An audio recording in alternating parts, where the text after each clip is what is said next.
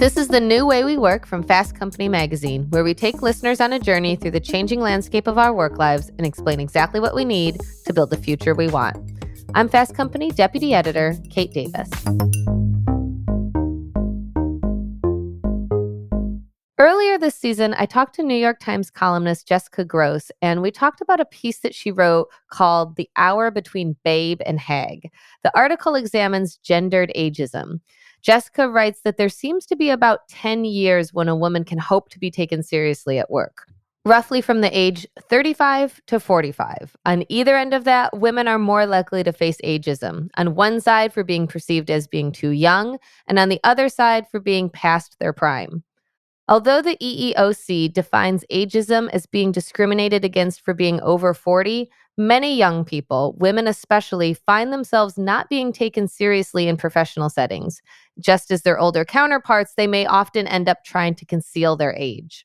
For this episode, we wanted to hear from two women on either side of that safe period and how they've experienced ageism in their careers.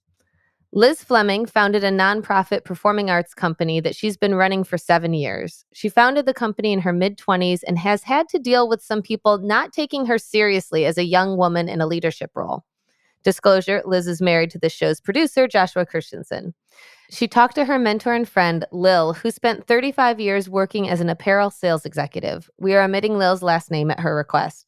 Lil recently was laid off due to downsizing and has started a new career in real estate. Here is their conversation. So, Liz, you started a very pretty significant, in my opinion, challenging business in your 20s, which you can explain more about. And did people take you seriously in your 20s? You bit off a lot, and I'm sure there were a lot of older, more experienced people that you're coming up against. I mean, did you have trouble in that regard? Yeah, lots of trouble, especially when I first started. I remember I started with an equity meeting going to the Actors Union, and I set up through email this in-person meeting with actually a woman there. And I said, hey, I would love to meet with you to understand all of these different contracts. Would you be willing to meet with me? And she said, sure, yeah, sounds great. I'm like really excited to meet with you. Can't wait to connect. And I showed up, and I think she thought that I was going to be in my mid-30s, 40s, something like that. And I was like 20, I think at the time I was like 25 maybe. And she kind of gave me this look, and it was kind of like, oh, hi, Right. You're the one coming for this meeting? And I sat down with her, and she kind of talked to me like I was in kindergarten. Like I said, I have this idea. And she's like, well, it's really hard to do that. It's really hard to create these contracts and to do that and to pay full salaries. You have to raise money for that.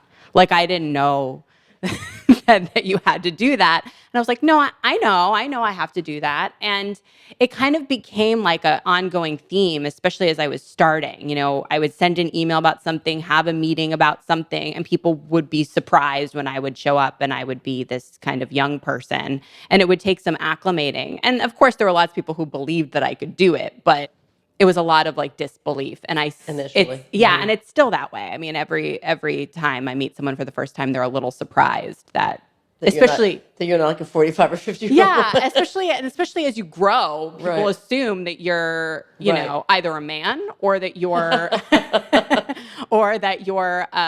like an older woman in your like 40s, something like that. So, yeah. So, Lil, when you were starting out with the industry that you started in, did you ever experience any kind of similar experiences that I have experienced? Well, yes and no. No, automatically, because it's generationally very different. When I started out in the workforce, and it was not the arts, it was corporate America, we're talking late 70s, early 80s. I was not taken seriously at all. I was just a young chickadee that was expected to do whatever the guy who was in charge told me to do. And yes, I'm sure age had a big part to do with that. I was a young girl, but it's also because I was a girl and I wasn't a young man. I don't think this is my original coining of the phrase, but I did coin it when I finally turned 30. In fact, I have a photo of myself sitting in the office with flowers, they had a party for me and everything. And I just looked at everybody and said, well, I guess now I'm finally legitimate. And it Wow. still took probably another 5, 6, 7 years until I truly was legitimate. But I felt like a turning point from 20s to 30, like, okay, now people have to take me seriously because I'm 30. Because the 20s is a tough year. I don't know. I'm not a man. I don't know what it is for young men. But yeah, definitely not taken seriously for my age. But at that time in the workforce, not taken seriously because of my gender as well. Yeah. So, Liz, you talk about in your youth, in your 20s particularly, you found that people looked down on you. Did you ever confront anyone who made you feel this way? Yeah, I did. I had this one experience with an individual who is pretty well known in our industry, well respected, and he wanted to work together on a project that my company had done that was very successful. And they wanted to make a movie version of it. And I had created that show and its development for a couple of years. And this new sort of man came in and said, I want to produce. I want to be a producer on this. And, I would like to produce with you. Of course, then realizing that he was expecting me to do all of the work and do all of the heavy lifting. And then he would just show up at the meetings and tell everybody what to do and act as if he was producing. It was very strange. I had never quite experienced something quite like that before. But I remember being in a meeting and I was the person who had created the whole group dynamic. I had hired everybody and we were on this Zoom having a production meeting. And I remember he said to me, "Hey, Liz, so I'm going to need you to take notes for the meeting." And I was like, "Oh, okay." He was like, "I need you to take notes and then send them to me after the meeting." And I realized that I was his PA. Mm-hmm. I had found the project, created the whole thing, found the person funding the project, and he was going to be in charge and tell everybody what to do. And I was the PA. Which is production assistant. Yes. Mm-hmm. And I was like, "Oh, okay." So this is what it feels like to really be in. Now, may I ask the question? Yeah. Do you think that was because of your youth, your gender, or both? I think it was both. I think it was both. Because if you had been, I don't know how old you were, but let's say late 20s male, you don't feel he probably would have treated you that Yeah, way. I don't. And I even will say, if I had maybe even been older in terms of my age as a woman, I think there would have been a little bit of a difference. Right, right. But probably not by much. I mean, it was very telling to what the power dynamic was going to be. What his headset was. Yeah, exactly. And I actually confronted him about it at one point because it kind of blew up in all of our faces because I was doing all the work and everybody was seeing he wasn't doing the work. And we had a discussion about it. And I told him about that moment where he told me to take notes. And he was like, "Well, I would never, ever belittle women in that way." And I was like, "But you did." Right, exactly. Yeah, I was like, "This is the project I found, and I created the whole thing, and My I found, baby, and I right. found the funding for it, and now you're telling me to take notes for you." Yeah, you sit in the corner and take notes. Yeah, you be quiet and don't say anything. Right. Yeah. Wow. Yep. Do you think at this point in your career, you're being given or will be given the same opportunities that a man does now with what you're doing? I have many peers my age that have been in corporate America as I have been and in a business environment, and they all say to a person that once they got to a certain age, which was definitely north of 60, they were no longer as valued. And I have watched at least 5 of my friends lose their jobs, not necessarily because of their age, but just for circumstance sake, downsizing, lost their job, company went out of business, whatever. And then because of their age, could not get reemployed. And I was one of the last of my immediate pod of workmates that I've worked with over the years. But it recently happened to me. I made a very big job, position change right before COVID hit, literally March of 2020. My gosh. We then all went, remote as we did and struggled to stay alive. And it was a great position. Everything about it was great.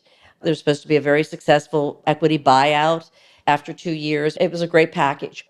But COVID happened, which changed the dynamics of all of that. And my position was downsized at the end of 2021. That's when I realized I was now victim of what I had seen all of my friends be victim of. I didn't lose my job because of my age, but my age made me unemployable. I still had the same brains, the same energy, the same, ability to negotiate and relationship build. I mean, none of my skill sets changed.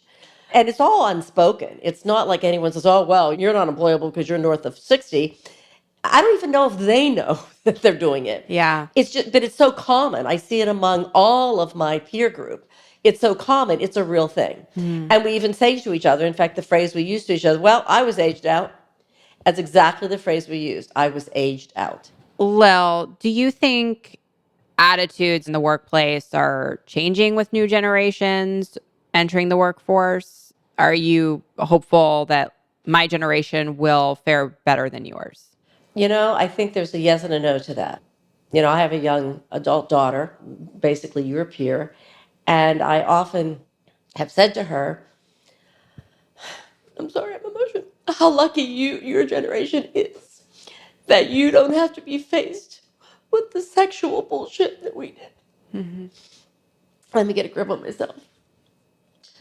I think, unfortunately, women continue to be seen as lesser beings than men. I don't know why. You see what's happening in politics across America. It seems to be confirming that. Now we're losing the rights of our own bodies. So somehow or another, we are still the second-class citizens. Is it much, much improved? Oh, my Lord, yes. And it's improved because now the male gender has been put on notice that they can be sued and they can be held accountable for treating us as something less than equals. But that's the overt. I think there still is a lot of covert discrimination between men in the workforce and women in the workforce. And I'm really, quite frankly, not sure what will ever fix that. Yeah. As even you now say. Yeah. That whole conversation you just had with that gentleman who was treating you as the PA when it was your project. Yep. I mean, I don't think he was even consciously aware of what he was doing. No, I think that's mostly the case. Yeah. I think that's the truth is that it's just the way that it is. It's not intentional. I mean, there are so many men that I know that are Good kind people Right. that will in a second, talk to you in a way that feels so demeaning and authoritative, and you're the boss. Right, exactly. You're the one in charge. You're the one that's paying everybody. And you're thinking, and I think to myself, well, is it something that I did? Is it something that I said? And then you realize, wait a minute, no, I've just been bullied. And I don't know how to fix it either because it's everywhere, even with men that I love to work with. It's just a power dynamic that I'm not sure how we address and change. Yeah, and that's the interesting part because we have all these laws now to protect us in the workplace to not be discriminated against and, all the, made to feel that you have to sleep with someone to advance your position. But then the covert discrimination, I don't know how you fix that. I don't either. It's so ingrained in our society. Yeah, I mean, even I got an email a couple of weeks ago that was through our email address asking if they could get in touch with my associate artistic director, thinking that they were the leader of the organization, because I think they just assumed that it was the man. So he had to be the leader. Right. And I had to write back and be like, actually, no, I am, and gave my name and all of that. And they're like, oh, so sorry, but I just think it's. But just, it was like it was innocent. It was an innocent discrimination. Exactly. But it's just so ingrained in our system for so long. I just don't know how we change it. Yeah, I don't either. It's better, but it's not perfect, and I think we just have to keep vigilant and keep pushing back. That's all I can think to do. Yep. Yeah.